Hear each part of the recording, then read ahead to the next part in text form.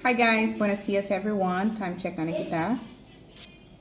It's 12:31 in the afternoon and this is my first meal guys. Actually, always first meal lang yung ginagawa ko lately. Naka-OMAD tayo, one meal a day.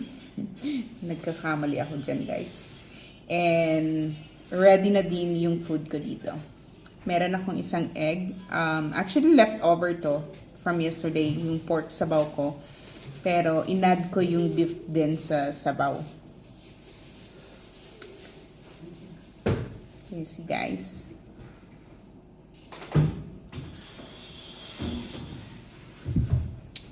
So, normally, kumakain ako hanggang sa mabusog talaga ako. And then, ma-feel ko yan guys after 5 hours, as in, busog na busog pa rin ako. Parang kakakain ko lang. And this, maybe enough na to for one meal a day. Let's see. Kasi once nagugutom ako guys, kumakain ako. Pero kung hindi ako nagugutom, hindi din ako kumakain. So, yun lang. Shinare ko lang. Stay low carb, guys. Bye!